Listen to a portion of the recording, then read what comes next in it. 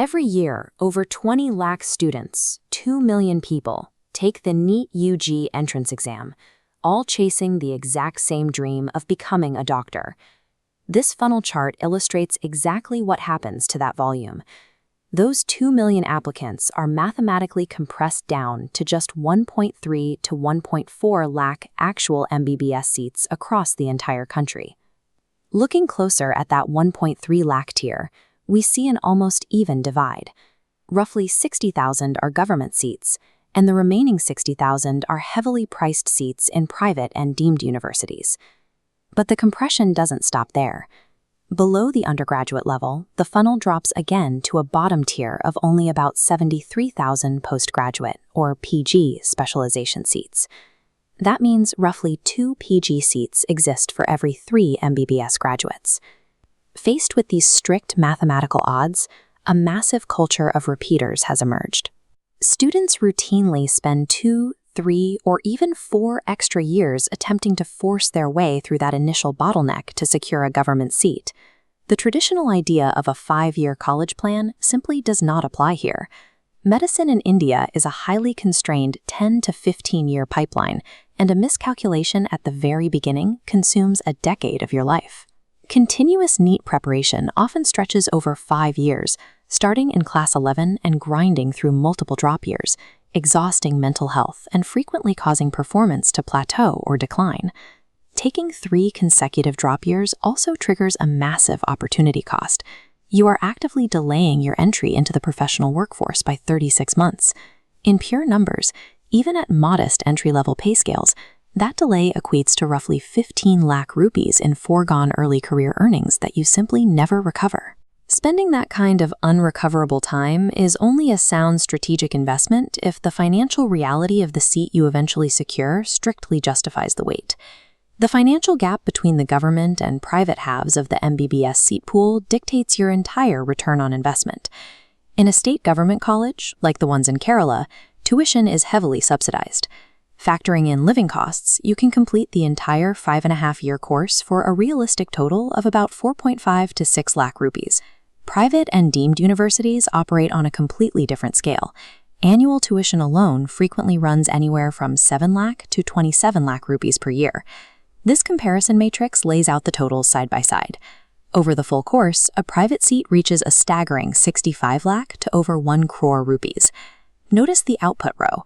Whether you pay 5 lakh or 1 crore, the letters after your name remain identical.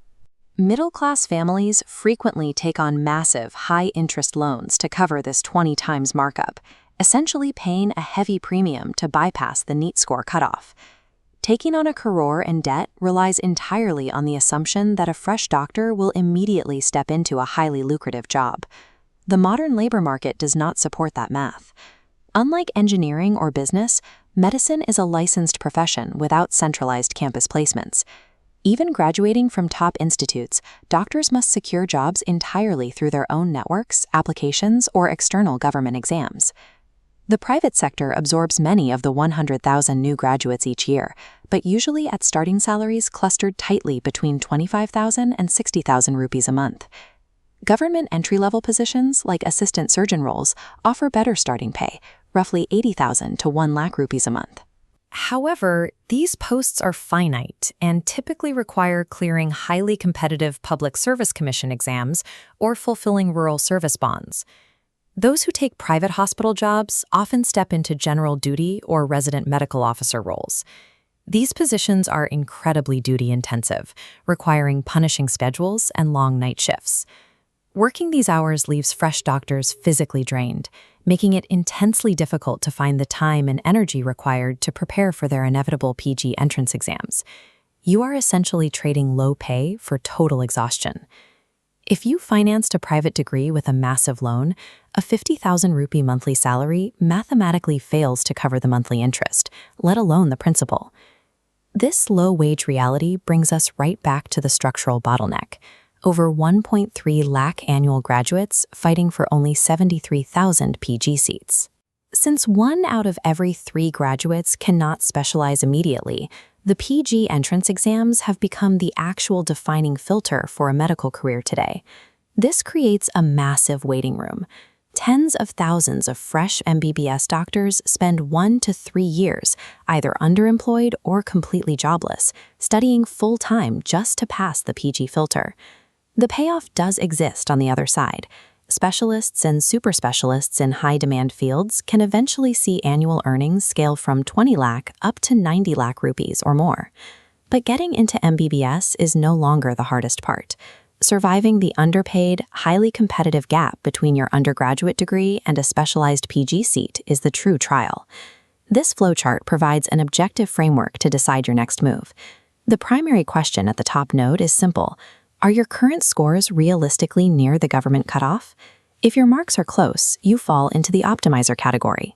Investing 1 or 2 tightly structured drop years to secure a debt-free foundation is mathematically justified. If your scores are far from the cutoff, we hit the secondary node. Can your family afford a 60 lakh to 1 crore rupee private fee outright without taking ruinous loans? If you have the capital, you are a wealthy pragmatist. You can proceed, but you must accept the low early return on investment and the inevitable wait at the PG bottleneck. This structure removes the emotion from the equation. Taking a drop year is a strict calculation of your score proximity weighed against your available capital. Then there is the final group, students with multiple drop years, low scores, who would require massive loans to buy a private seat. If you are in this position, you need to stop. Combining heavy debt with years of lost time and low early wages creates a severe mathematical deficit. It will take decades to dig out from under it. There are highly effective alternative paths with much lower entry barriers. Fields like allied health sciences, biomedical engineering, and data-driven clinical tech offer excellent long-term growth without the crush of the MBBS bottleneck. Stepping away from the MBBS pipeline after an honest assessment moves your focus to more efficient career paths with lower entry barriers. The MBBS degree offers a clear path to high-impact specialization for those prepared for a 15-year training haul. But repeating exams for years to meet societal expectations invites financial and professional burnout. Your time and capital are finite. Prioritize the career math that actually works.